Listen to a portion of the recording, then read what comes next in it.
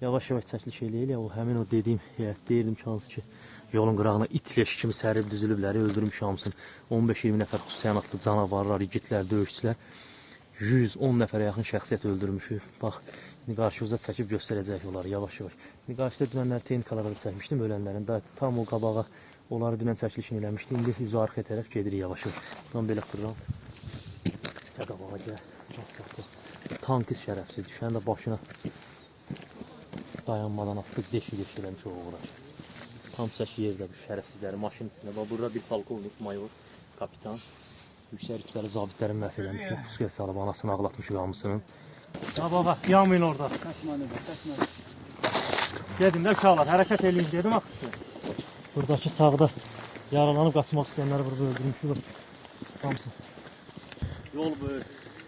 Məhv eləmişik, bax, it yığını, bax, leşi belə bir dənə uzaqdan ümmü götür, qədə.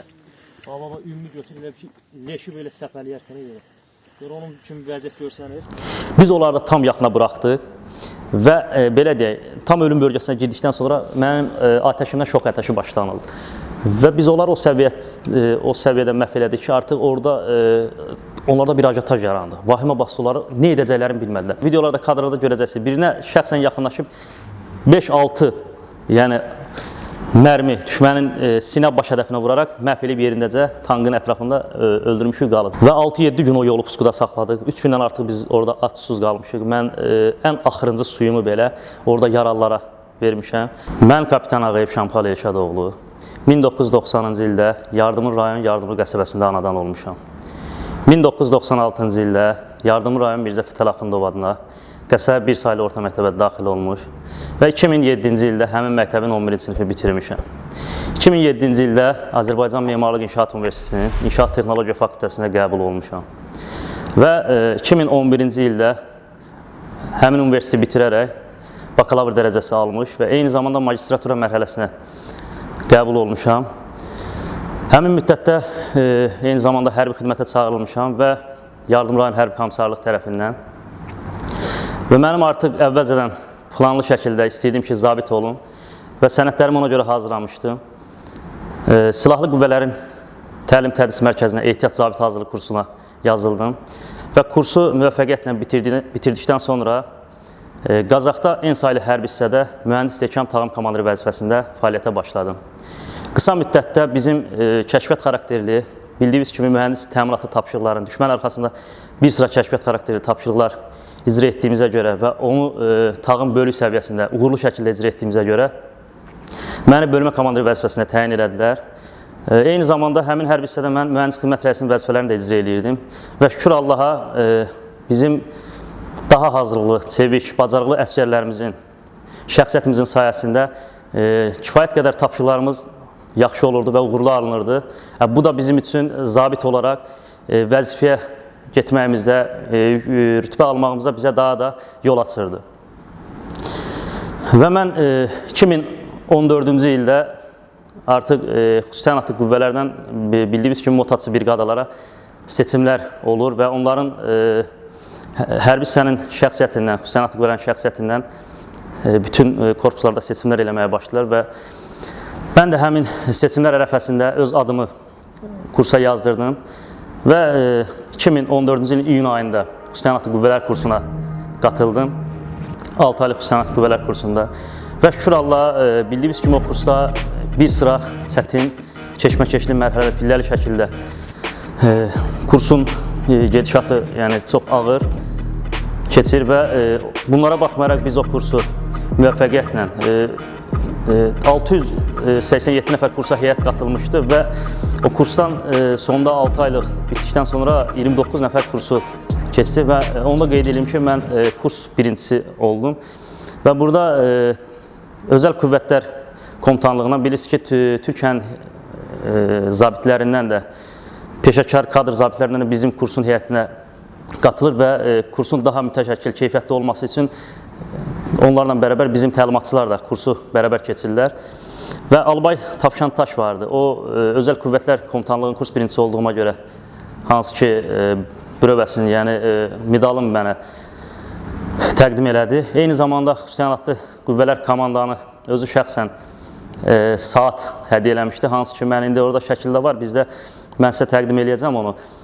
Rəhmətli indi hal-hazırda şəhidimiz bizim Vətən müharibəsi qəhrəmanı, Əsgərlik İntiqam.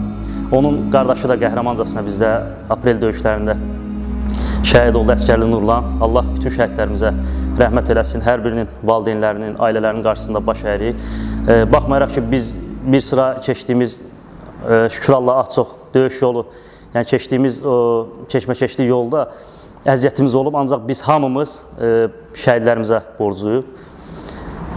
Və kursu bitirdikdən sonra onu da qeyd edeyim ki, Xüsusi Təyinatlı Qüvvələr Komandanının müvafiq göstərişinə, əmrinə əsasən yaşmada bizim indi ümumiyyətlə ermənilərin bütün dünya artıq bizim 052 nömrəli hərbi hissənin yaşma olaraq bilir.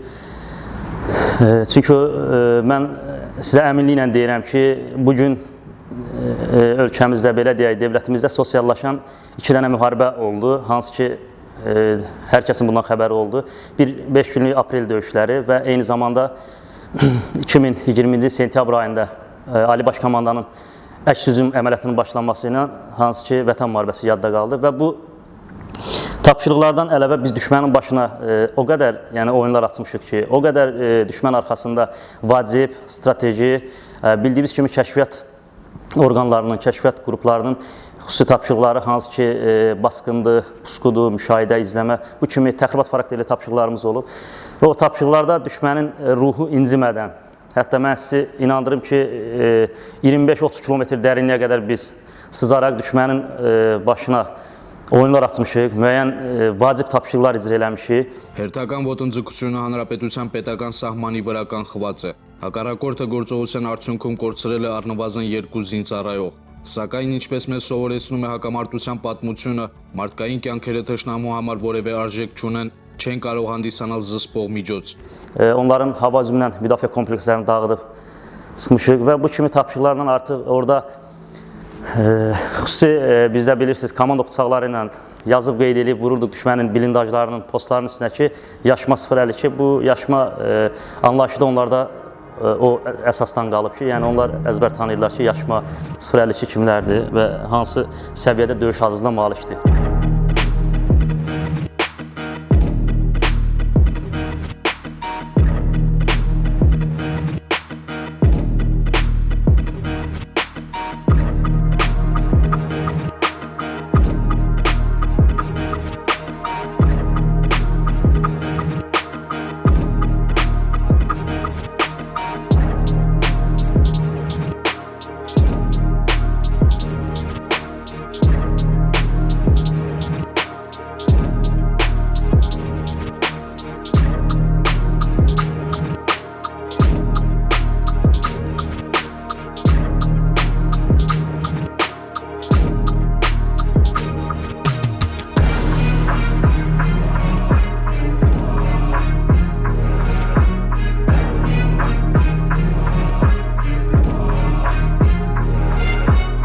Həmçinin bayaq vurğuladığım 2016-cı il aprel döyüşlərində biz hansı ki 5 günlük zəfər müharibəsində də onda da hansı ki düşmənin başına kifayət qədər oyunlar açdıq. Orada Talış yüksəkliyinin alınmasında bizim hansı ki adlarını qeyd edirəm, milli qəhrəmanımız Murad, polkovnik leytenant Murad Mirzəyev, mayor İmanov Samid, kapitan Orucov Mühit, rəhmətli Gizir Teymurov Pəncəli, ümumiyyətlə adlarını sadalamaqla bitməz. Bu günləri mən xüsusilə qeyd edirəm.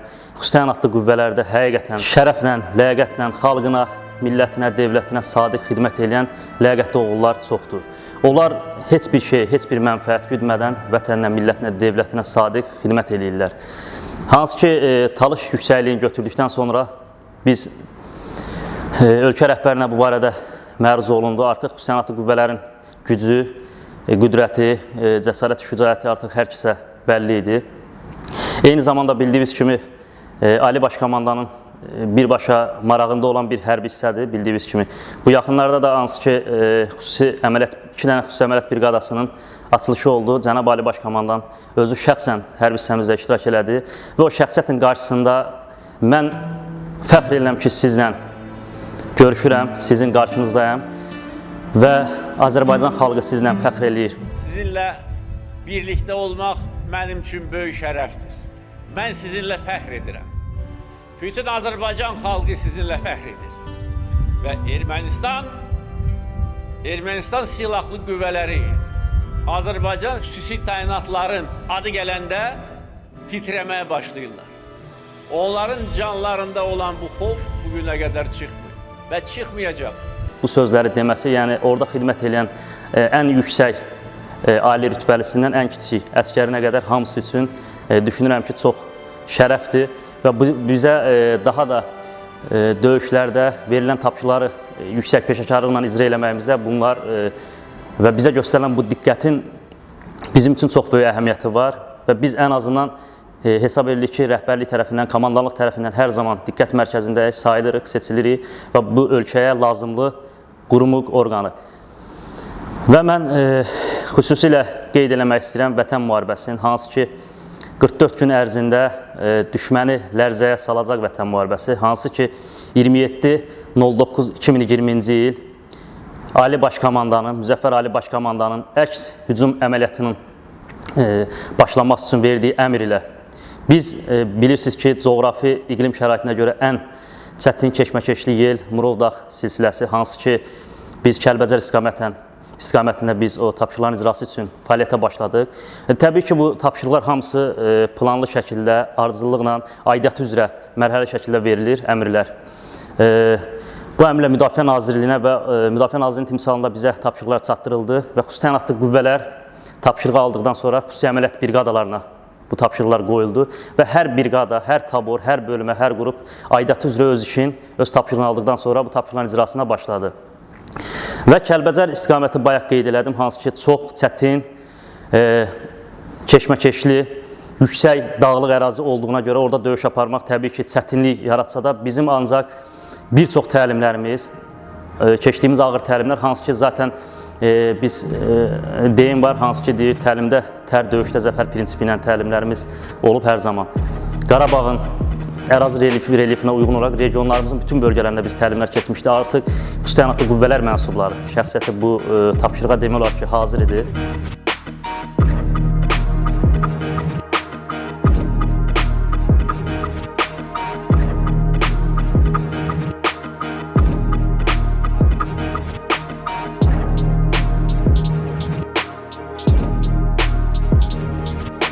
Və şükür Allah hesab edirəm ki, ölkə rəhbərinin, komandanlığın bizə verdiyi bu tapşırığı şərəflə, ləyaqətlə, öhdəçiliyinlə gələ bildi və şükür Allah ki, biz 90-cı ildə dünyaya gəlməyimizə baxmayaraq, biz o nəsil nümayəndələrindənik ki, artıq bizim üçün fəxirdir, şərəfdir ki, o Vətən müharibəsində az da olsa bizim də bir əməyimiz oldu.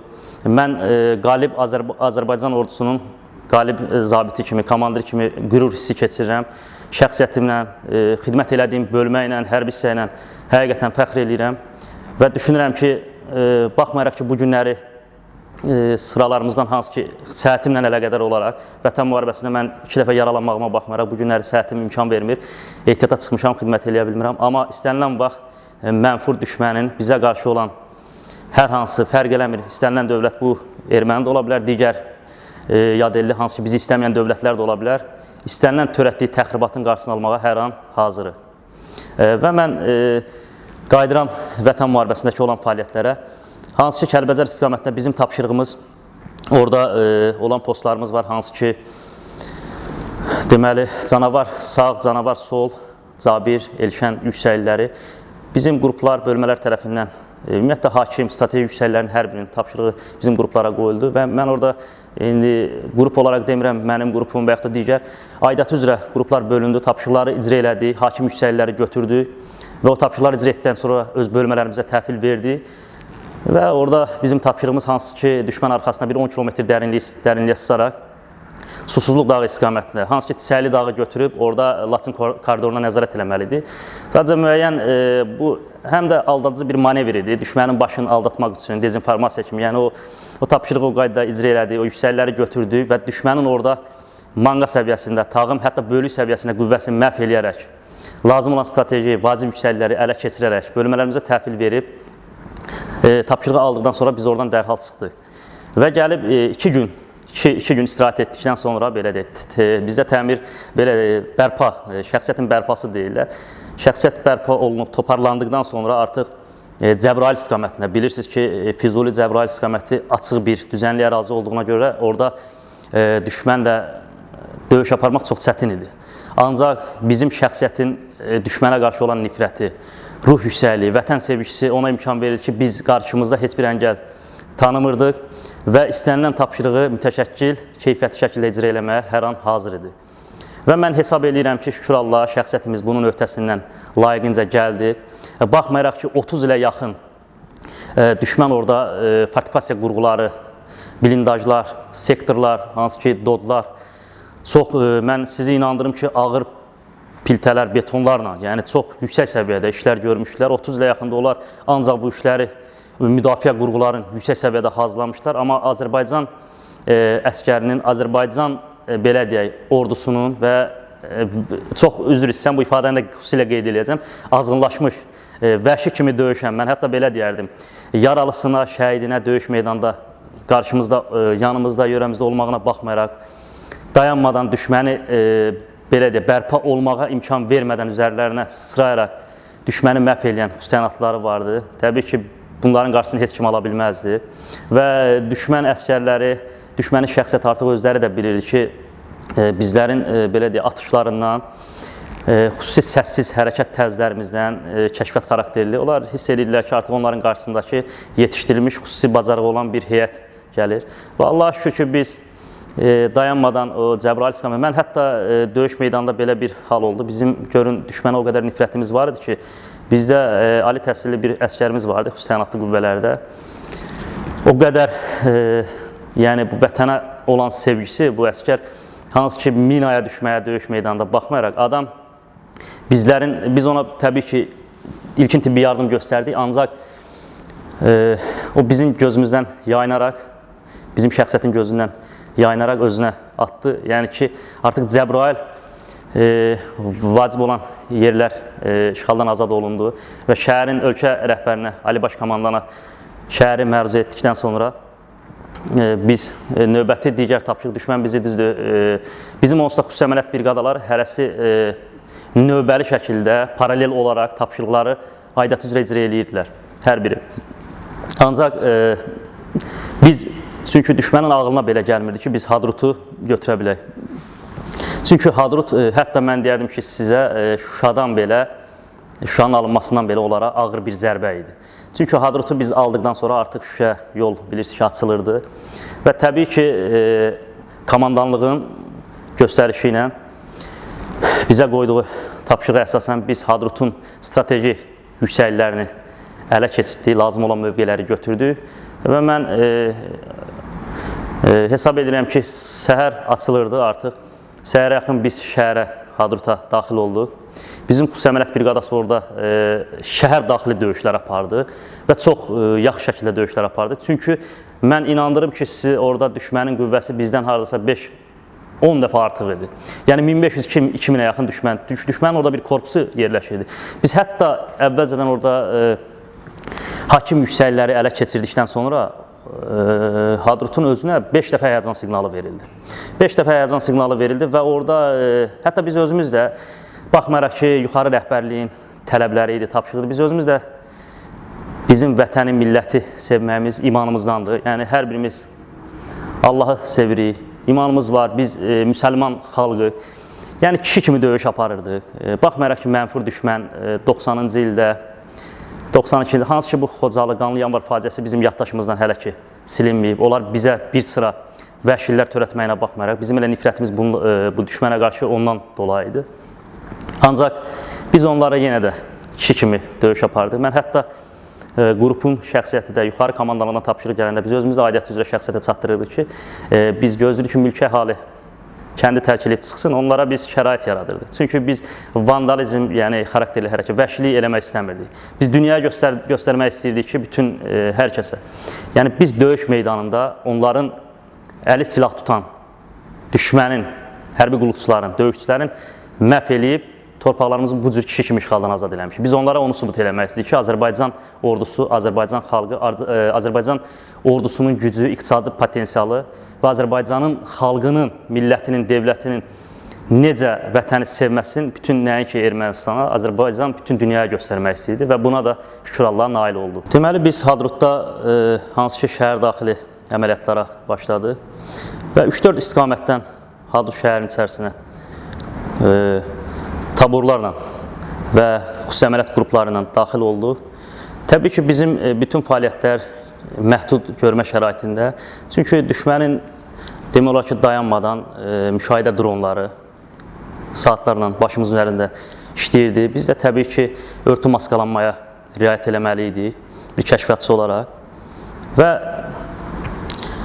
şəhər daxili əməliyyatlarda o səviyyədə elədik ki, qruplar müəyyən hansı ki, strateji yüksəklikləri götürəndə biz olurdu ki, sepa açılırdıq qrupla, misal üçün 8, 10, 12 nəfər heyət qrup şəklində sepa açılıb, düşmənin üzərinə hansı ki, strateji yüksəkliyə düşmən hakim yüksəklikdə olmağına baxmayaraq sepa açılıb Allahu Əkbər deyib posta basqın edirdi. Hətta orada olurdu ki, ətrafımızda yaralımız, şəhidimiz olmasına baxmayaraq biz dayanmırdıq. Bu dəfələrlə sosial şəbəkələrdə baxıb görmürsünüz, hətta düşmənin özlərinin də bir çox jurnalistləri danışırlar, deyirlər və əskərləri hətta vətən müharibəsindən bitdikdən sonra özlərinin əskərləri danışırlar ki, onlar hətta bir terminator kimi, yəni baxırdın, vurulurdu, əli qolu düşürdü, ancaq üzərimdə həqiqətən tam səmimiyyətimə inanın, bizdə o ruh yüksəliyində şəxsiyyət var idi ki, yəni o səviyyədə döyüşçülərimiz, silah yoldaşlarımız, qardaşlarımız var ki, həqiqətən o psixologiya ilə düşmənin üzərinə getmişik, atılmışıq.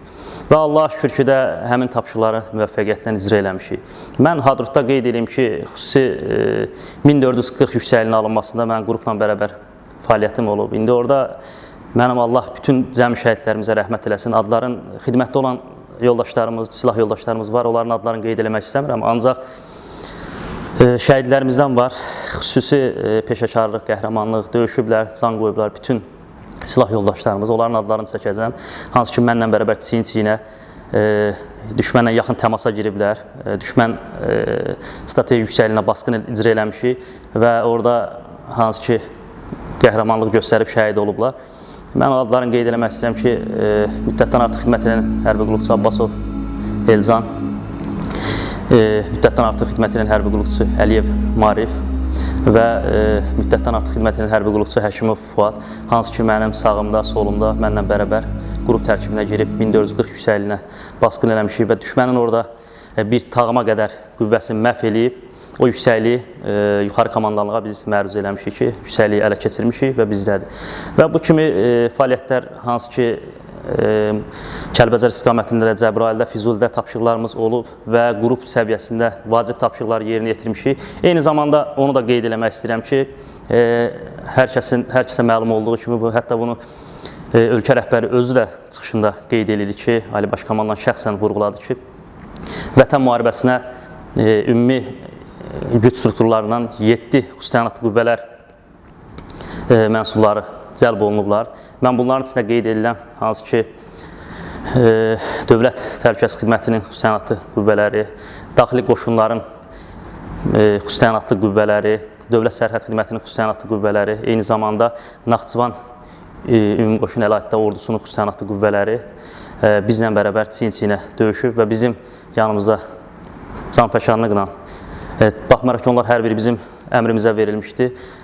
Hansı ki, bilirsiniz ki, Vətən müharibəsinin gedişində xüsusi təyinatlı qüvvələrin həll edilməz, yəni ümumiyyətlə rolu çox böyükdür və burada Ali Baş Komandan bizim komandanı da hansı ki, bildiyiniz kimi Füzuli rayonu işğaldan azad olunub, ölkə rəhbərinə məruz olunandan sonra general-leytenant ali rütbəsi ilə təltif elədi və bu bizim şəxsiyyət üçün həqiqətən biraz qürur verici oldu. Bütün şəxsiyyət artıq döyüşün taleyi bəlli idi. Aydın məsələdir ki, burada xüsusi təyinatlı qüvvələrin rolu böyükdür. Yəni, təbii ki, komandanın rütbə alması və onu göstərdi ki, burada xüsusi təyinatlı qüvvələr verilən bütün tapşırıqları şərəflə, ləyaqətlə yerinə yetirir. Burada problem ola bilməz və şükür Allah'a da ki, olmadı. Hansı ki, Hadrutda içəridə gedən şəhər döyüşlərində də bizim qruplar, yəni hansı ki, bizlə çin-çinə döyüşən qardaşlarımız, silah yoldaşlarımız çox böyük canfəşanlıq göstəriblər. Orada bilirsiniz ki, şəhər daxili döyüşlər biraz çətin olur. Çünki istənilən yerdən düşmən çıxa bilirdi. Ümumiyyətlə belə bir şey deyim, biz Vətən müharibəsində hərəkətdə olan zaman bütün günü bayaq qeyd elədim, hansı ki məhdud görmə, gecə vaxtları çox vaxt hərəkət edir, amma buna baxmayaraq düşmən manqalar tərkibində istənilən strateji vacib yerlərdə yerləşirlər və qəfil puskular eləyirdilər bizə. Və bunun nəticəsində də biz qəfil puskulara baxmayaraq yerə yapışır şəxsiyyət və sağdan soldan sırayla manevr eləyib düşmənin üzərinə sıçrayırdı. Baxmayaraq ki, yaralımız, şəhidimiz olurdu və yaxud da yaralılarımıza anında ilkin tibbi yardım göstərə bildiyimizi göstərdi, göstərə bilməyib düşmənin üzərinə sıçrayıb məhv elədikdən sonra hansı ki o yaralıya ilkin tibbi yardım göstərib və arxa hissəyə hansı ki onu təxliyə eləyirdi. Və bu Hadrut əməliyyatı düşmənə böyük mənəvi psixoloji zərbə vurdu. Mən bayaq qeyd elədim, onlar təsəvvürlərinə belə gətirmirlər ki, biz Hadrut, yəni ora bir qaladır və mən onu da qeyd edim ki, 7-10 kilometr böyük bir qəsəbə, böyük bir zəngin, varlı bir qəsəbə idi. Hətta onların bütün orada yaşayan sakinlərin əksəriyyəti demək olar ki, hərbi qulluqçular idi. Çünki biz onların hərbi hissəsinə girəndə, hərbi hissəsinin içərisində döyüş əməliyyatları aparanda, şəhər daxili tapşırıqlar icra eləyəndə və qarşımıza çıxan bir neçə texnikanı puskuya salıb, mən orada bir vəziyyət vardı ki, hansı UAZ tipli və digər hansı ki KAMAZ, sanitar müəyyən texnikalar vardı, hansı ki o şəhər daxili biz onları puskuya salıb məhv elirdik, içərisində olan düşmənləri məhv elirdik. Və orada bir vəziyyət oldu ki, bizim RPG-26 ilə yoldaşlarımızdan biri qəfil düşmənin hansı ki UAZ tipli texnikasını vurdu. Və orada rəhmətli Həşimov Fuad, hansı ki mən orada biz maşın üzərinə yaxınlaşdıq, tam yaxına getdik. Mən gördüm orada bir erməni zabiti xırıldayır və yaxınlaşır. Artıq maşının içində RPG-26 onları pis vəziyyətə salmışdı. Maşın partlayışından artıq pis günə düşmüşdülər içəridə. Amma içindən 2 nəfər düşüb qaçırdı sağ-sol istiqamətdə. Mən rəhmətli Həşimov Fuada dedim, sağ istiqaməti sən götür, yaxınlaş, məhv elə. Solu, mən də maşındakı düşmənə yaxınlaşdım və onun başına vurmaqla yerindəcə zərərsizləşdirib məhv elədik. Və Həşimov, hansı ki rəhmətli ilə mənə dedi ki, komandir, sağdakı düşməni məhv elədim, soldakını Abbasov Elcan məhv eləmişdi. Allah hamısına rəhmət eləsin, hamısının böyük əməyi olub. Biz bu günləri bayaq da qeyd elədim, baxmayaraq ki, mən və mənim döyüş yoldaşlarım, bugün yaşayan hansı ki qəhrəman zabitlərimiz, gizirlərimiz, əskərlərimiz, hamımız az da olsa bu vətən müharibəsində əməyimiz olsa da biz hamımız o şəhidlərə, şəhidlərin qanına borcluyuq. Çünki o torpaqların hər qarışının alınmasında onların qanları tökülüb, onların hər birinin ayaq izləri var. Baxın, bunu xüsusilə qeyd edirəm. Yəni, bəzən olur ki, bir çox şəhid ailələrinin ziyarətə gedəndə, danışanda əksəriyyəti bəlkə də fikirləşərlər ki, bunları təsəlli vermək üçün deyirik. Amma həqiqətən, bugünkü mənim danışığımda hansı ki, Məhərrəmli ayına təsadüf eləyir və qeyd eləmək istəyirəm ki, onlar həqiqətən İmam Hüseyin aşiqləridir. Allah onların hər birinin rəhmət eləsin və məkanların, məqamlarını uca Allah versin. Yəni, hər birimiz istəyərdik ki, şəhadətə bizə də qismət olsun, o hər kəsə qismət olmur. Həqiqətən, müharibədən almanların bir deyimi var, hər bir halda insanlar sağ qayıtmır. Biri ruhən ölür, biri cismən ölür. Onlar bizim yanımızdan cismən ayrılırlar. Hətta Quranlarımızdan surələr, ayələrimiz də var. Biz bilirik ki, şəhidlər heç vaxt ölmür. Allah onları hamısın, rəhmət eləsin, ailələrinə səbir versin. Bu günləri baxın, mən indi əməliyyatların onsuz da ardıcılıqla danışırıq, deyirik. Xüsusilə qeyd eləmək istəyirəm ki, bizim millətimiz, devlətimiz, şərəfli xalqımız var. Allah bütün millətimizi qorusun. Həqiqətən, bu günləri danışanda mənim o döyüş vaxtı o situasiyaları yadıma salanda, hətta tüklərim indi də ürpəşir. Bax, səmimiyyətimə inan, həqiqətən deyirəm ki, vətən müharibəsi vaxtı xalqın, millətin ən kasıb, ən iqtisadi cəhətdən, belə deyək, zəif olan yerlərimiz, bölgələrimiz belə ən axırıncı pulun parasını yığıb, orduya dəstək üçün bizə göndərirdi. Yəni, onlar baxmayaraq ki, bizə gəlib çata bilmirdi bəzi olunan ərzaqlar, yardımlar. Çünki biz ən öndə idik və düşmənin özünün sursatından, özünün müəyyən o azqələrindən istifadə eləyib həyatda qala bilirdi, yaşayırdı. Tarixi boyda döyüşlər belə olub, bilirsiniz.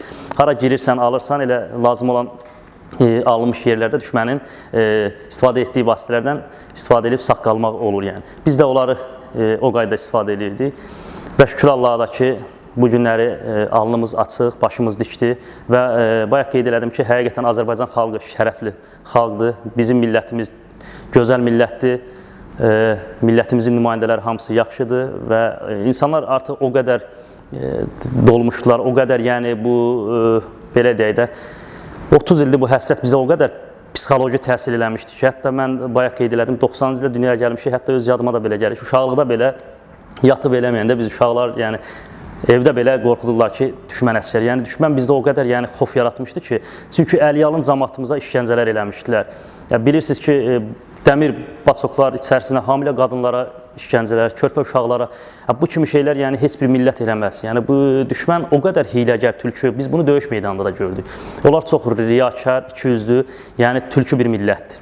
Həqiqətən mən bu günləri valla təkəbbürlü olmasının səmimiyyətimə inanın. Döyüş meydanında nə qədər düşmən məhv eləmişəm, yəni eyni zamanda qrup yoldaşlarımla, döyüş yoldaşlarımla birgə onun sayın hesabını biz bilmirik. Yəni şükür Allah və buna görə də peşman deyiləm. Bu gün də istənilən vaxt tapşırıq olsa, ölkənin müdafiəsi üçün istənilən tapşırıq icra eləməyə hazırıq. Allah şükür hər birimiz. Ancaq zərrə qədər də onları məhv eləməyimizə görə mən peşman deyiləm, heç vaxt da peşman olmaram. Çünki biz Xocalının, bayaq qeyd elədim, qanlı yanvarın qisasını aldıq və dünyada yaşayan Azərbaycanlılarımızın bu günləri, şükür Allah, başı dikdir. Biz Qarabağın işğaldan azad olunan təkcə torpaqlarını qaytarmadıq. Azərbaycanın namusun, qeyrətin, itirilmiş papağın bərpa elədik. Bunu yəni xalqımız da bilir, millətimiz də bilir və gözəl xalqımız şükür Allah ki, bizə dəyər verir, bu bizə bəs eləyir. Yəni həqiqətən bu bizə bəs eləyir və bu bizim üçün daha qürur vericidir. Çünki aidiyyatı orqanlara, qurumlara gedirsən, bir iş dalınca ümumiyyətlə tam səmimiyyətimə inanın Cavidan qardaş. Baxın, həqiqətən xalq insanı o qədər yəni səmimi, düzgün rəğbətlə qarşılayır. Bu bizə yəni daha xoşdur. Yəni yaxşı təsir bağışlayır. Mən bunun üçün fəxr hissi keçirirəm. Artıq Hadrut əməliyyatından sonra biz düşməndə olan mənəvi psixoloji vəziyyəti tamamilə sıfıra salmışdıq. Onları darmadağın etmişdik. Artıq qarşımıza oradan biz Xocabəndin bir sıra kənd və qəsəbələr üzrə istiqamət almışdıq, üzü Şuşaya doğru. Və orada Tuğ qəsəbəsinə, hansı ki Hadrutdan istiqamət götürdü bizim şəxsiyyət, xüsusi əməliyyat briqada tərkibində. Təbii ki, düşmən o qədər yəni sarsıdılmışdı, o qədər zərbələr dəymişdi düşmənə, o qədər yerlə bir olmuşdu. Qarşımıza çıxan düşməni onsuz da məhv edirdi, məhv olmayanlar da qaçıb canlarını qurtarmağa yəni çalışırdılar. Tuğda mən bir əməliyyatla bağlı demək istəyirəm, 700, orada ümumiyyətlə bütün başdan ayağa demək olar ki, Tuğ üzümlük sahəsi idi. Zapravka var, hansı ki o yolda 772 yüksəkliyi deyilən bir yer var, Zapravkanın üzərində. Biz o yüksəkliyə daxil olduq. Bizim Ümumqoşun Naxçıvan əlahiddə ordusunun xüsusi təyinatlı qüvvələri də bizlə bərabər fəaliyyət göstərdi. Rəhmətli qeyd eləmək istəyirəm ki, Polkovnik Leytenant Əliyev Anar orada xüsusi əməliyyat briqadanın komandiri idi və o qəhrəmancasına o post vardı orada, hansı ki 772 yüksəkliyində bir post vardı. Bu tapşırıq bizim komandanlıq tərəfindən rəhmətli Əliyev Anara verilmişdi və o tapşırığı girdi orada icra etmişdi. Sadəcə rəhmətli şəhid olmuşdu orada və o sonra orada Əliyev Anar özü olmadığı üçün orada şəxsiyyət belə deyək də rəhbərsiz qalıb, orada müəyyən ajataja səbəb o problemlər olmuşdu və radiostansiya vasitəsilə o tapşırıq bizə verildi və komandir xüsusilə göstəriş verdi. Mən bizim bölmə ilə, taborla birgə həm yüksəkliyə hərəkət elədik. Orada o yüksəkliyə çatdıqdan sonra mən gördüm orada həqiqətən bir pərakəndəlik var. Düzdür, duman, çiskin hər yeri almışdı və düşmənin 3-4 dənə mövqedən bir manqa tağıma qədər qüvvələri vardı və oradan həmin o sağ-sol istiqamətdən atışlar gəlirdi. Və avtomatik şəkildə atışlar icra olunurdu həmin şəxsiyyətin üstünə. Və orada da bir 40-50 yaxın heyət vardı. Sadəcə açıq, üzümlük sahəsində səpələnmişlər yüksəkliyin üzərində. Və hər atışda da mən sizə inandırım ki, avtomatik şəxsiyyətə dəyirdi. Orada yaralılar olurdu və biz çatan kimi orada dərhal orada yaralılara ilkin tibbi yardım göstərdik və mən orada komanda verdim, şəxsiyyət hamısı mövqe qaçsın. Yəni açıq ərazidir, şəxsiyyət orada topalı şəkildə, kütləvi şəkildə olan da var, açıqlıda 1-2 nəfər şəkildə olanlar da vardı, badilər şəklində. Əksəriyyəti sürətli şəkildə mövqe qazmağa və yerləşməyə başladılar. Bir müddət keçdikdən sonra atəş səngidi və biz həmin bizim üzərimizə gələn atışlar istiqamətindən ayrı-ayrı qruplar şəklində bizdə var, hansı ki mən mühəndis komandasının xüsusi əməliyyat qrupunda komandir idim və bizdə dalğıc snayper qrupları ayrılıqda xüsusi təyinatlı taborda olduğumuz üçün qruplarımız var, hansı ki ayrı. Və orada bir belə deyək, tağımın üzərinə dalğıc qrupu, bir tağımın üzərinə də biz mühəndis komandası qrup şəklində hərəkət edərək sepə açılıb təkbir yenə Allahu Əkbər çəkərək həmin yüksəklərə hədəfə basqın elədik və o tapşırığı icra elədik. Həmin tağıma qədər olan düşmənin qüvvəsini məhv elədi. Orada rəhmətli Həşimov Fuad mənim müddətdən artıq xidmət edən hərbi qulluqçum şəhid oldu. Biz ona ilkin tibbi yardım göstərdik sadəcə daxili qanaxma olduğuna görə. Həm də ki, onu da qeyd edeyim ki, orada komandir şəxsən özü tapşırıq verdi ki, mənə, bəs biz bilirsin, mühəndis təminatlı tapşırıqların icra edirdi. Baxmayaraq ki, Vətən müharibəsində biz mühəndis komandasında mən komandir olmuşam. Vətən müharibəsində nəinki mühəndis təminatlı tapşırıqları, yolların açılması və yaxud da bağlı hansısa bir strateji yolun bağlanması, gələn düşmən zirehli texnikasının qarşısına minaların düzülməsi fəaliyyəti kimi işlər görürdü. Ancaq həmin tapşırıq ondan ibarətdir ki, Hadrutdan gələn hansı ki bizim texnikalar gəlməlidir ki, yaralılarımız təxliyə olunub geri aparılsın. Və o yolun üzəri bağlanmışdı. Həmin məsafə də harasa 8-10 kilometr, hətta 10 kilometrdən bəlkə də artıq idi. Və komandir özü belə tərəddüd elədi ki, bəs Şamxal, getmə. Məsafə çoxdur, orada arxadan gələn bölmələr o yolu açıb texnikalar gedir.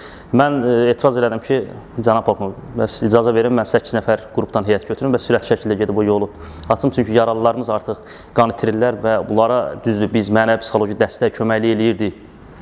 Bildiyimiz kimi yaralılara su vermək çox olmaz. Yəni biz əlbəttə ki, üzərimizdə ən yüngül daşına biləcək enerji yeməklər, misal snikerslərimiz, marslarımız, xüsusi belə deyək, proteinli, güclü yeməklər onlar olurdu və enerji içkiləri adətən olurdu. Bir də qazsız sularımız olurdu.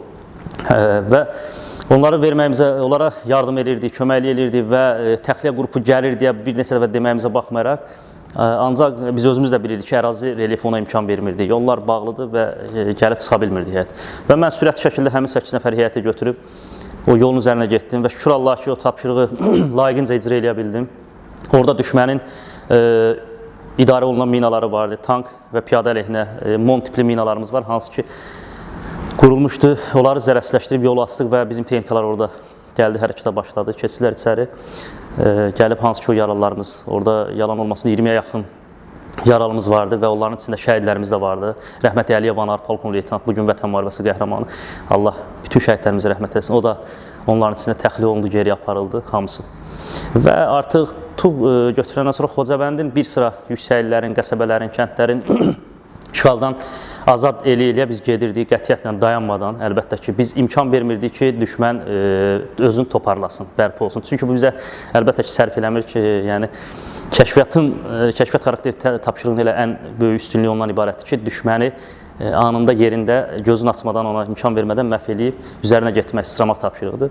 Biz də dayanmadan ancaq üzərlərinə basqın icra edirdik, gözlərini açmağa imkan vermirdik və orada qarşıda artıq bizi hansı ki sığınaq, çanaqçı və üzü Şuşa istiqamətinə doğru hərəkətə başladı və xüsusi əməliyyat briqadası tərkibində biz taborlarla, qruplarla tapşırığın icrası üçün o qəsəbələri də azad elədik və orada bir hansı ki çanaqçı istiqamətində bir tapşırıq oldu, onu da qeyd edeyim ki, mən deməli Mir Cavidan qardaş bunu xüsusilə qeyd eləmək istəyirəm ki, bizim şəxsiyyət, mənim tabiçiliyimə verilən, qrupun tabiçiliyinə verilən daxili qoşun heyətindən 31 nəfər yaxın heyətim vardı mənim, 30-31 nəfər heyətim və artıq sonda Şuşada belə, artıq belə deyək, yaralı şəhidlər olmaqla belə mənim artıq 7 nəfərə yaxın şəxsiyyətim qalmışdı o daxili qoşundan birgə. Yəni, çünki istənilən yüksəkliyi, istənilən strateji yerləri götürmək üçün o komandir tərəfindən müəyyən tapşırıqlar verildi və biz orada tərəddüd etmədən gedib o tapşırıqları icra elədik. Təbii ki, şəhidsiz torpaq almaq mümkün deyil. Yəni, bunu hər birimiz bilirik. Qanla verilmiş torpaq təbii ki, qanla alınmalıydı. Bu bizim şərəf borcumuzdur. Biz bunu yerinə yetirmək üçün bir canımız var. Yəni, onu belə verməyə, həqiqətən təmənnasız onu belə verməyə hər birimiz hazır idik. Bunu bilir. Çünki 5 dəqiqədən sonra nəyin olacağı, müharibədə indi burada danışmaq çox rahatdır. Müharibədə bu dediyim şeylər tamam, oradakı vəziyyət, oradakı stres, həyəcan təbii ki, kimsə deyir, hər kəsdə qorxu hissi də var, həyəcan da var. Sadəcə bizi düşmənin üzərinə qələbə çaldıran da elə həmin o hisslərdir ki, yəni hissi olmayan İnsan çox üzr istəyirəm deyərəm ki, yəni dəlidir. Belə bir şey ola bilməz. Hər kəsdə bu var. Başda duran ən yuxarı komandirdən ən kiçik əsgərinə qədər. Və düşməni üzərinə daha çevik sıçrayaraq, daha ondan operativ, sürətli şəkildə çevik silahı qaldırıb ondan tez onu vurmaq hissi də zaten bu hisslərdən irəli gəlir. Və biz o Çanaqçı istiqamətində bir strateji yol tapşırılmışdı. O yolun üzərin bağlamalıydı ki, düşmənin qüvvəsinin qarşısını alaq. Hansı ki, o tapşırığın icrasına gedəndə qəfil puskaya düşdü. O puskaya düşdüyümüz təqdirdə bizdə indi hal-hazırda ehtiyatdadır. Mən adını qeyd eləmək istəyirəm. Bizim rabitəçimiz vardı, gündüz yaralandı və mənim bir müddətdən artıq hərbi qulluqçum yaralandı. Odlu silah yaralanması, hansı ki, kiçik çaplı avtomatdan aldığı zərbədən yaralandı və bir başgizir Bədəlov Oqtay Ələddin oğlu məndə kəşfiyyatçı istehkamçı vəzifəsində idi və yaxşı gizir idi, kifayət qədər xidməti vardı, bir sıra ölkələrdə kurslar keçmişdi. Yəni, düşmənin astığı atəş zərbəsindən yaralandı. Ona ilkin tibbi yardım düzdür, döyüş meydanında göstərdi. Baxmayaraq ki, bu necə oldu, yəni biz bir daha deyirəm, yəni həmin qəfil puskaya düşdüyümüzə görə şəxsiyyət uzanıb yenə sağ-sol istiqamətdən manevr edərək düşmənin üzərinə basqın tipli fəaliyyət icra elədi və həmin o mövqedə olan düşmənin bir manqiyə qədər qüvvəsi var idi. Onların açdığı atəş zərbəsindən də həmin rəhmətli Bədəlov Oqtay. Sonra biz oradan qayıdıb o yaralımıza yardım da göstərdi və onu biraz geriyə təxliyə elədi. Onda da daxili qanaxma sürətli olduğuna görə onu döyüş meydanından xilas edə bilmədi. Allah bir daha deyirəm, bütün şəhidlərimizə rəhmət eləsin. Və həmin orada Çanaqçı istiqamətində dediyimiz yolun üzərindəki yolu bağladıq və orada gələn düşmənin 2 dənə texnikasını puskaya saldıq və texnikanın içində də mən inandırım sizi bir hardasa KAMAZ və UAZ tipli texnika bir 20-dən çox şəxsiyyətin məhv elədi və artıq bizim Şuşaya getmək istiqamətimiz şükür Allah bəlli idi. Biz Xocavəndin də bir sıra bu qəsəbələrin necə deyirlər, rayonların işğaldan azad edib. Onu da qeyd edeyim ki, Mirzavidan qardaş, deməli, xüsusi təyinatlı qüvvələrin işi bildiyimiz kimi hər hansı bir basqın, pusku, müşahidə, izləmə, əsir tutmaq kimi yəni fəaliyyətlər icra eləməkdir və yaxud da hansısa düşmənin dərinliyində girib sızaraq bir təxribat xarakterli fəaliyyətlər icra eləyib geri çıxmaq tapşırılardır. Amma vətən müharibəsində o qədər bizim şəxsiyyət, yəni özünə arxayinidir, o qədər yüksək peşəkarlıqla hazırlanmışdı. Hətta buna baxmayaraq ki, bilirsiniz ki, bir qəsəbəni, regionu, rayonu girib işğaldan azad edib, ölkə rəhbərinə biz məruzə edirik. Siz bildiyiniz kimi biz 5 rayonu işğaldan azad edib, şəxsən Cənab Ali Başkomandana bizim şəxsiyyət məruzə edib. Aidiyyatı vəzifəli zabitlərimiz, gizirlərimiz, yəni ölkə rəhbərinə məruzə edib. Bu bizim üçün böyük bir şərəfdir, fəxirdir.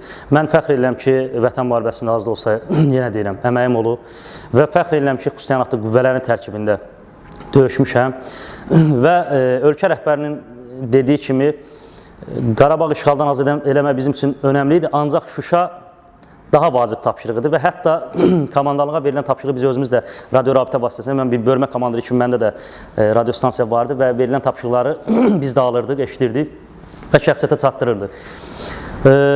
Şuşa sizin sonuncu və şərəfli tapşırığınızdır kimi tapşırığını eşitdik və hesab edirdik ki, o tapşırığı ən son nəfəsimizə qədər, qanımıza qədər nə lazımsa eləməliyik. Yəni, Şuşa işğaldan azad olunmalı.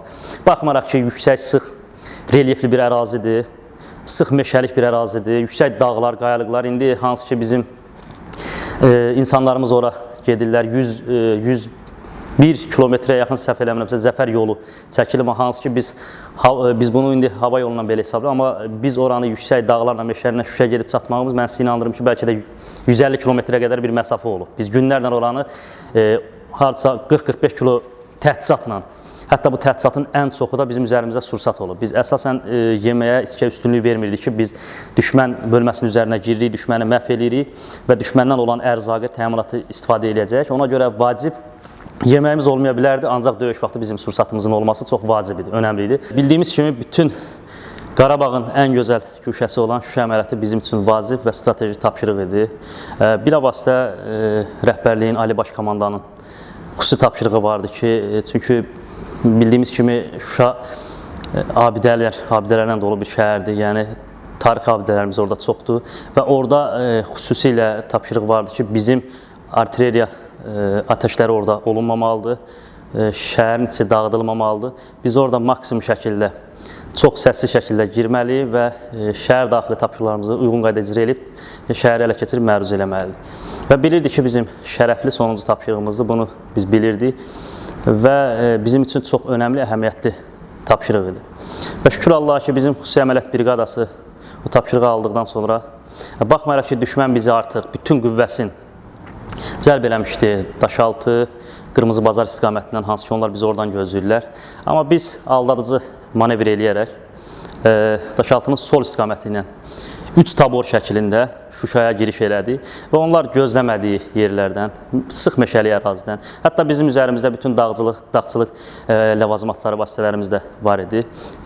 Orada baxmayaraq ki, bütün ümumiyyətlə biz girdiyimiz, tapşırıq icra edəcəyimiz yerlərdə əksəriyyətində onlar üst mövqedə, yüksək yerlərdə onlar olublar, strateji yerlərdə. Biz ələ keçirdikdən sonra hakim hissələrə biz nəzarət eləmişik və bütün şəhərləri müdafiə mühafizəsini uyğun qayda təşkil eləmişik.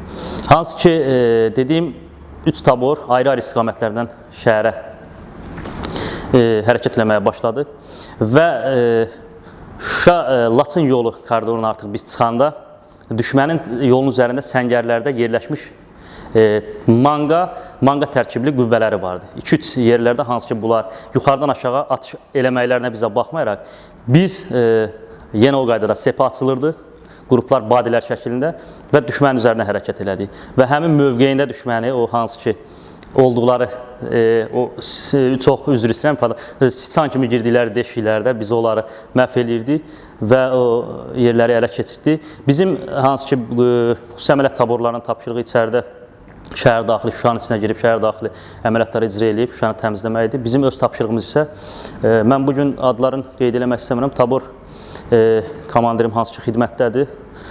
Xüsusi əməliyyat taborları hansı ki, Şuşanın içərisinə girdi. Bizim xüsusi təyinatlı tabor Şuşa-Laçın yolunun üzərini bağladıq o mövqeyə götürdükdən sonra. Həmin yolda Xankəndi istiqamətindən ümumiyyətlə gələn düşmən bölməsinin qarşısını almalı idi. Və bizim tapşırığımız bir dənə düşmənin, hətta oradan bir quş belə keçməməli idi. Açıq deyirəm sizə, keçməməli. Biz o qaydada, bizim orada 30-a yaxın heyətimiz var idi və o heyətdən artıq bu döyüşlər prosesində biz heç bir yaralımızı, şəhidimizi heç bir ərazidə qoymamışıq. Özümüzlə yüksəklərə də qaldırmışıq, özümüzlə həmin yolun üzərinə qaldırdıq. Və o mövqeyinin yolun aşağı istiqamətində, hansı ki, pusku mövqeyi qurduq. Mən orada, demək olar ki, orada tabor komandiri, mən orada taborun qərəgələsinin vəzifələrini hətta icra eləyirdim. Bizdə orada Vətən müharibəsi qəhrəmanı bu günləri ehtiyata çıxıb, hal-hazırda ehtiyatdadır. Mayor Həsənov Salih çox qəhrəmanlıq göstərib, döyüş nümayiş elətdirib. Bu günlərdə ölkə rəhbərliyi tərəfindən, Ali Ordenindən Vətən müharibəsi qəhrəmanına təltif olunub. O, digər bölmənin tabor komandiri ağır yaralandığına görə həmin taborun üzərinə Salih Həsənov getdi və mən bizdə Həsənov Salihin yerinə qərəgələsinin vəzifələrini icra edirdim. Baxmayaraq ki, mühəndis komandasının komandiri, qrup komandiri vəzifələrini icra edirdim. Ancaq taborun bir havası qərəgələsinin vəzifələrini icra edirdim və artıq döyüşün bütün, belə deyək, taborun döyüşünə nəzarət, gedişatı birbaşa tabor komandiri tapşırıqları mənə verirdi və eyni zamanda birbaşa hərbisə komandiri ilə çıxışım vardı, danışırdım və birbaşa tapşırıqlar ala bilirdim. Orada üzərimizə mən sizə deyərdim ki, ondan çox texnika, 3 tank, 3 BMP və kütləvi şəkildə deyərdim. Polis qarnizonunun hətta rəisi o heyəti gətirirdi. Yalan olmasın 300-ə yaxın heyət, düşmənin heyəti var idi. O Şuşa-Laçın yolunun üzərində biz o texnikaların hamısını bir-bir tam yaxın təmasa buraxdıq, tam yaxın, ölüm bölgəsi deyirik biz. Tam ölüm bölgəsinə saldıq və şok atəşi ilə, mənim atəşimlə şok atəşi açıldı. Orada hətta 40 mm tabor komandı RBG silah da vardı. Atdığı RBG-dən bir düşmən. Orada mən sizə indi video var orada, real kadrlar, görüntülər. Ayın 9-u noyabrda, hansı ki, Vətən müharibəsi bitməmişdi və atəşkəs ayın 10-u elan olundu. Mən 9-u orada çəkilişlər eləmişəm. Baxmayaraq ki, orada minamyotlar müəyyən çəkiliş elətdirmişdim ki, bu bizim üçün bir tarixi bir zəfərdir. Azərbaycan 200 ilə yaxındır, mən səmimi deyirəm. Şükür Allaha ki, Müzəffər Ali Başkomandan, yəni istər ölkə daxili, istər ölkə xarici apardığı xüsusi islahatlar nəticəsində o deyirdi ki, düşmənin başına vurduğu o dəmir yumruq məsələn, biz, vallah bizim qətiyyətli, şərəfli xalqımız o dəmir yumruğun ətrafında birləşdi belə deyək, ölkə rəhbəri islahatları ilə qələbəni qazandı. Biz də döyüş meydanında düşmənin başın ölkə rəhbərinin qaldırdığı yumruğu döyüş meydanında düşmənin başına vurduq və bu qələbəni əldə elədik. Mən demək istəyirəm ki, həmin yolda artıq ondan çox texnikanı biz puskuya saldıq və həmin texnikaların içində sursatlarla dolu maşınlar gəlirdi, təminat dolu raflar. Biz o yolun üzərində hardasa, mən noyabrın əvvəllərindən biz Şuşa-Laçın yoluna daxil olduq. Artıq 3-ündən biz oradakı fəaliyyətlərə, demək olar ki, yola nəzarət eləyirdik.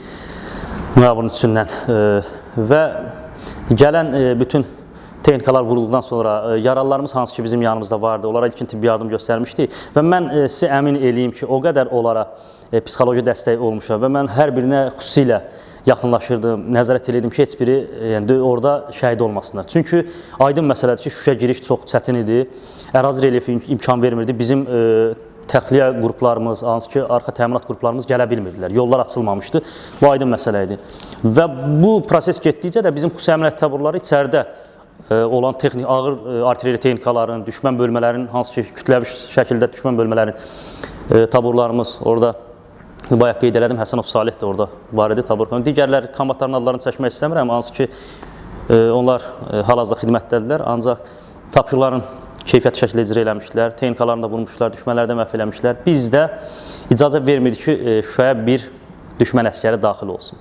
Texnikaları vurduq, tankı, topu, gələn o artilleriya qurğuların BMP, hansı ki, tank məhv elədi və mən sizə inandırım ki, bu günləri Vətən müharibəsindən sonra xüsusilə hər yerdə qeyd olunur ki, Şuşa əlbəyaxanlı. Onu xüsusilə qeyd eləmək istəyirəm. Bəli, bu doğrudur və niyə doğrudur? Çünki biz o yolun üzərinə qalxanda artıq inandırım ki, sizi artıq kifayət qədər sursatlarımızı istifadə eləmişdi və tank əleyhinə vasitələrimiz belə qalmamışdı. Mən orada qeyd edirəm ki, bizim gizirlərdən Mirzə Hüseyin orada tapşırıq verdim ki, şüşələr, butulkalar düzəltdi, götürüb orada hazırladı.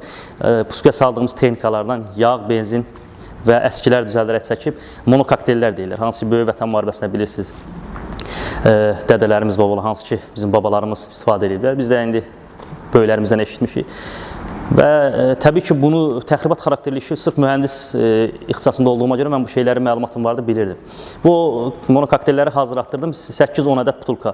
Və inandırım ki, o tank əleyhinə vasitə olmadığına görə tankların üzərinə biz o şüşələri atdıq və o tankın lüləsinin başında hansı ki, alışdıqdan sonra düşmən əskərinin oradan çıxıb qaçmağın, can atıb qaçmağın və mən yenə deyirəm, o videolarda, kadrlarda görəcəksiniz, birinə şəxsən yaxınlaşıb 5-6 yəni mərmi düşmənin sinə baş hədəfinə vuraraq məhv edib yerindəcə tankın ətrafında öldürmüşük qalıb, zərərsizləşdirmişik yerində.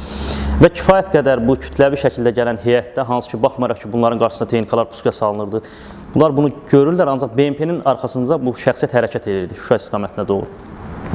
Biz onları da tam yaxına buraxdıq və belə deyək, tam ölüm bölgəsinə girdikdən sonra mənim atəşimdən şok atəşi başlanıldı. Və biz onları o səviyyədə məhv elədik ki, artıq orada onlarda bir ajataj yarandı. Vahimə bastı, onları nə edəcəklərini bilmədilər. Hətta əllərində olan silahları belə qaldırıb bizə, ona belə deyək də, biz ona imkan vermədik. Mahal tapmadı, belə deyək, macal tapmadılar və dayanmadan sürətli şəkildə üzərlərinə sıçradıq biz. Mən komanda verdim ki, orada sağ mühafizəni al, sol sıçra və yuxarı yolun üzərinə 2 dənə PK-nın çıxmasına görə komanda verdim və yuxarıdan yolun altında olan, belə deyək, o geriyə qaçmağa çalışan heyəti də artıq və snayperlərimiz də vardı orada, keyfiyyətli, mütəşəkkil snayperlər və qaçmaq istəyən düşmən də məhv olundu və biz dayanmadan o ağır silahlara, hansı ki, komanda verir ki, dayanılsın, biz üzərlərinə sıçrayırıq və kontrol atışa girdi, yaxın təmasa getdi, qaçmaq istəyən düşmənləri belə yolun üzərində bir-bir hamısını məhv elədik. Mən hətta o düşmənlərin içində bəziləri var ki, özlərin çox üzr istəyirəm, tülkü kimi hiləgərliyə vurmuşdu. Sanki ölmüş kimi, yəni bir hərəkətlər eləyirlər, ölmüş, meyid olmuş belə deyək. Leş düşmən əsgərlərin arasına özünü ölüyə vurub, yaxınlaşıb biz də indi artıq hiss edirik, bunun rəngindən, ruhundan artıq bilirsən ki, bu ölüb ölməyib. Eyni zamanda onu görən kimi, hətta elə oldu ki, mənə silah qaldırıb biri atmaq istəyən dərhal baş nahəsindən nişan alıb yerindəcə zərərsizləşdirdik. Və şükür Allah ki, mən inandırım ki, orada 200-dən artıq düşmən qüvvəsini biz məhv elədik. Və 6-7 gün o yolu puskuda saxladıq. 3 gündən artıq biz orada aç susuz qalmışıq. Mən ən axırıncı suyumu belə orada yaralılara vermişəm. Snickers Mars deyirdim, hansı ki o enerji bizim necə deyirlər, ondan o hansı ki ən son axırıncı moment üçün saxlamışdıq ki, nəsə da belə deyil, tükəni bu həyatda qala bilmə deyil. Elə bir vəziyyət oldu ki, biz onu orada bir-bir yaralılara bölüb hamısına verdik ki, tam taqətdən düşməsinlər. Və hətta yaralılara mən xüsusilə dəfələrlə dedim ki, səbirli olun, hər şey yaxşıdır, Şuşanı işğaldan azad eləmişik, məruz eləmişik, artıq qruplarımız, təminat qrupları, təxliyə qrupları hamısı çatır, yolu aşıblar, gəlirlər. Təbii ki, belə bir şey yox idi, sadəcə bunu biz orada yaralanmış döyüş meydanında vəziyyət tamam başqa olur. Onlarda bir psixoloji ruh yüksəkliyi qaldırmaq üçün mən bu qaydada onlara deyirdim. Orada bir daxili qoşundan bizim yanımızda olan bir bölmə komandirimiz vardı. Digər bölmənin komandiri idi. Sadəcə snayper gülləsinə yaralanmışdı. Zəfər ordeni ilə tərtib olunub Ali Baş Komandan tərəfindən. Mayor Rəhimov Zaur qəhrəmanlıq göstərib, şücaət göstərib, yaxşı zabit idi. Və orada hansı ki Zapravkanın üzərində o yaralansa da biz onu təxliyə edib gətirdik öz yanımıza. Və ona mən hətta yaxınlayım, komutan, səbirli olun, hər şey yaxşıdır, narahat olmayın. Dedi Şamxal, mən şəhid olacağım, dedim komutan, narahat olmayın, şəhid olmayacaqsın. Bugün də biz onunla münasibətimiz var, danışırıq. Ümumiyyətlə o bizdən çiyin-çiyinə döyüşən yoldaşlar, qardaşlar, bütün o qurumlarda olan fərq eləmir, mütəmadi əlaqələrimiz var, sağ olsunlar. Biz Azərbaycanlıyıq, bir amal üçün döyüşürdük, hər kəs bir şüarımız, bir dənə prinsipimiz vardı ki, ümumiyyətlə bizim sədaqətimiz, deyir o mənim sədaqətim, mənim şərəfimdir prinsipi ilə döyüşürdü. Çünki bizlər hamımız ümumi xüsusiyyətli qüvvələr olaraq deyirəm, bütün qurumların xüsusiyyətləri görünmədən görmək, ölmədən dönmək prinsipi ilə yaşayırdıq, gedirdik, tapşırıq icra edib və qayıdırdıq, şükür Allah. Bu günlərdə mən xüsusilə qeyd eləmək istəyirəm ki, xüsusi təyinatlı qüvvələrdə kifayət qədər qəhrəman, cəsarətli, şərəfli, qeyrətli oğullarımız var ki, hansı ki, baxmayaraq ki, bir neçəsini siz sağ olun ki, xalqa, millətə, dövlətimizə tanıtdırırsınız. Onlar təbii ki, səhətləri ilə əlaqədar ehtiyata çıxan hərbi qulluqçularımız. Bu günləri mən özüm də ehtiyata çıxmışam deyə, hansı ki, müsahibə verirəm, danışıram və sizin də çıxışlarınızı, hansı ki, bu çəkişlərimizi görürdü və mən bilirdim ki, həqiqətən əsl döyüşən, qəhrəmanlıq göstərən uşaqları siz çəkirsiniz. Onun üçün mən özümə də borc bildim ki, əlbəttə ki, bizlər də xalq üçün nəsə eləmişiksə, qoy xalqımız, millətimiz bizi də görsün, tanısın. Və buna görə də sizə də xüsusi minnətdarlığımı bildirirəm. Cavidan qardaş, çox sağ olun.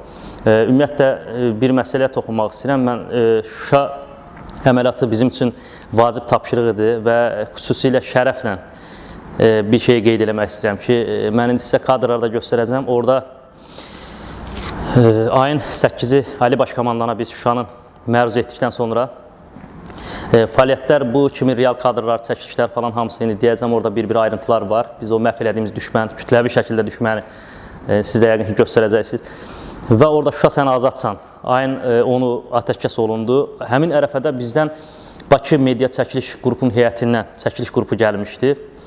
Və mən xüsusilə bunu qeyd eləmək istəyirəm. Biz döyüş meydanında, bu bizim şərəf borcumuzdur, işimizdir, layiqli tapşırığımızdır, şükür Allah, şərəflə ötəsindən gələ bildik.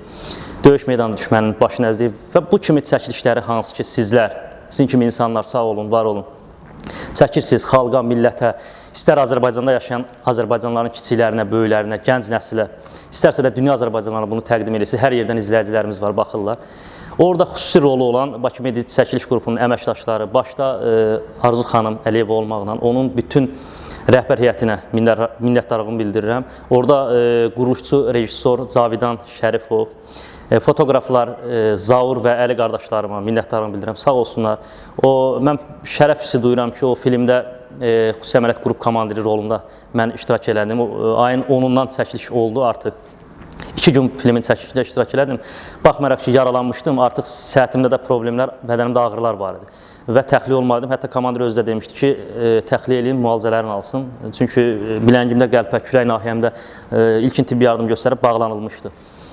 Və o filmin çəkilişindən sonra mən təxliyə oldum, getdim və ondan sonra Kod adı Yaşma filmi çəkildi. Artıq bu Yaşmanın 52-nin fəaliyyətini bütün dünyaya göstərmək üçün. Həqiqətən də bunlar ona layiqdir. Burada olan zabitlər, gizirlər, peşəkar. Yəni mən əminliklə deyirəm ki, sizə illərlə necə deyirlər, ailənin, uşağın, hər şeyin vətənə, millətə həsr edən oğullardır bunlar.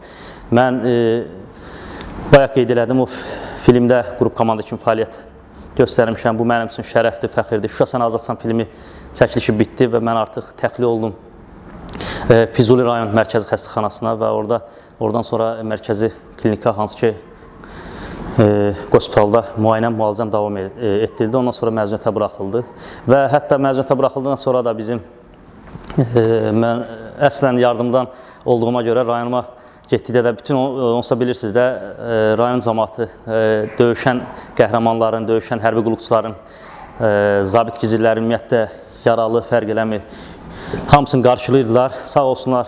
Buradan salamlayıram bütün yardımlı rayonda yaşayan bütün sakinləri də, bütün rəhbər heyət daxil hamısı çıxmışdılar qarşılamağa görə. Baxmayaraq ki, onda pandemiya şəraiti idi, biraz çətin vəziyyət idi, heç kim çıxa bilmirdi. Ancaq ondan belə, çünki bu vətənpərvərlik hissi bizim bölgələrimizdə, Azərbaycanımızda o qədər yüksək səviyyədədir ki, bunlar, yəni xalq, millət artıq hər biri istəyirdi ki, bu müharibədə zəfər əldə edək və bu müharibənin qazanılması üçün hər kəs hər şeyini ortaya qoydu.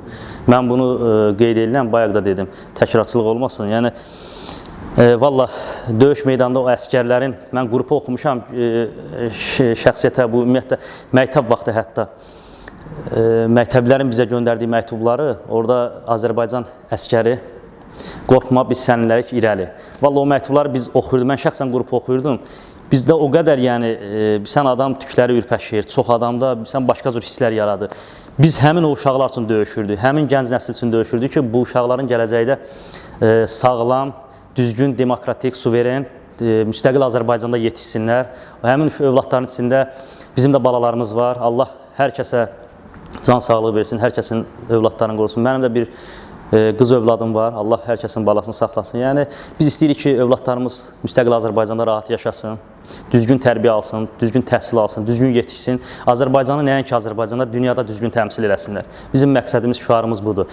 Və bir şey də sonda xüsusilə qeyd eləmək istəyirəm ki, baxmayaraq ki, səhətləri ilə əlaqədar, bu günləri xüsusi təyinatlı qüvvələrdə peşəkar, zabitlər, gizirlər, müddətdən artıq xidmət edən hərbi qulluqçular, hətta əskərlərimiz belə ehtiyata buraxılırlar, təxris olurlar. Mən onsuz da xalqımız sağ olsunlar, xüsusi diqqət, qayğı göstərirlər və qeyd eləmək istəyirəm ki, Mircavidan qardaş, baxın, siz öz işinizi, mən komandir olaraq öz işimi, hər kəs bu ölkədə, onsuz da bizim Silahlı Qüvvələrin Ali Baş Komandanı bir nəfərdir. Və bu tapşırıqlarını verir, kifayət qədər də tapşırıqlar verib, aidiyyatı hüquq mühafizə orqanlarına, icra orqanlarına, vəzifəli şəxslərə, deputatlarımıza, nazirlərimizə, hər birinə xüsusi tapşırıqlar verir ki, başda şəhid ailələri olmaqla, bütün vətən müharibəsi iştirakçılarına, qazilərimizə xüsusi diqqət, qayğı göstərilsin, onların sosial məişət problemləri həll olunsun, hər birinə xüsusi diqqət göstərir. Bu, yəni mən heç kimin sadəcə burada ad çəkmək istəmirəm, hər kəs yəqin ki, şükürallah öz işin şərəflə, vicdanla yerinə yetirir. Ancaq ki, çox yaxşı olar ki, bu dediyim aidiyyatı vəzifəli şəxslər içi biz daxil hamımız. Bu Azərbaycanımızın çiçəklənməsi üçün, yaxşı olması üçün, Azərbaycan vətəndaşlarının suveren, düzgün, fərq eləmir, şəhid ailəsi, qazi, hamısı bizimdir. Bu ölkənin, millətin yaxşı yaşaması üçün hər birimiz əlimizdən gələni eləməliyik. Onda mən hesab edirəm ki, bu ölkədə hər kəs öz üçün bir 50-60%, 50-60%, hələ 100% demirəm qardaş, səmimiyyətimə inanın. 60% şərəflə yerinə yetirsə, bu ölkənin vətəndaşlarının, şəhid ailələrinin, qazilərin heç bir problemi ola bilməz. Bu günləri mən Silahlı Qüvvələrin Ali Baş Komandanı tərəfindən, Ali ordenindən, Qarabağ ordenindən təltif olunmuşam. Bunun üçün mən başda bizim komandanlığa və eyni zamanda Silahlı Qüvvələrin Ali Baş Komandanına xüsusi minnətdarlığımı bildirirəm. Mən sadəcə burada təəssüf hissi ilə qeyd eləmək istəyirəm ki, baxmayaraq ki, Ali ordenindən təltif olundum, sadəcə həmin bildiyiniz kimi Vətən müharibəsi qəhrəmanı Qarabağ və Zəfər ordeninin mötəbər bir tədbir keçirildi və Cənab Ali Baş Komandan şəxsən orden medalları özü təltif edirdi, Ali ordenləri. Və mənim üçün çox təəssüf olsun ki, o tədbirdə iştirak edənmədim. Bu da ki, üzürlü səbəbdən səhətimlə əlaqədar bildiyiniz kimi mən 4 aydan artıq hospitalda müalicə almışam. Çünki səhətim, sağlamlığım imkan vermədi, həmin tədbirdə iştirak edə bilmədim. Təbii ki, mənim üçün də şərəf olardı ölkə rəhbəri ilə görüşüm. Ən azından keçdiyim döyüş yolu ilə bağlı Cənab Prezidentə də müəyyən hisslərimi, keçdiyim döyüş yolunu bölüşüm. Bu, hər bir Azərbaycan ordusunun zabitinin, gizirinin, əskərinin yəqin ki, düşünürəm ki, hamısı istəyir ki, bu qaydada olsun, hamısının borcudur, şərəfli borcudur və mənim üçün də ən böyük, necə deyirlər, istəklərdən biri idi. Təbii ki, inşallah növbəti ehtiyata çıxırıq. Yəqin ki, tədbirlərimizdə nə vaxtsa inşallah ölkə rəhbərlə qarşılaşma şansımız olsa və mən təbii ki, çox böyük hisslərlə bunu qeyd eləyəcəm və öz döyüş yolumla bağlı cənab prezidentə də bölüşəcəm. Bir də xüsusi təyinatlı qüvvələrin şəxsiyyəti ilə bağlı ümumi demək istəyirəm ki, bu günləri səhhətləri ilə əlaqədar olaraq xüsusi təyinatlı qüvvələr ehtiyata çıxırlar. Peşəkar kadr, zabit və gizirləri, hətta müddətdən artıq xidmət edən hərbi qulluqçular, əskərləri. Onlar bugün xüsusi təyinatlı qüvvələrin sıralarına, eyni zamanda güc strukturlarına yaramırlar, xidmət edə bilirlər.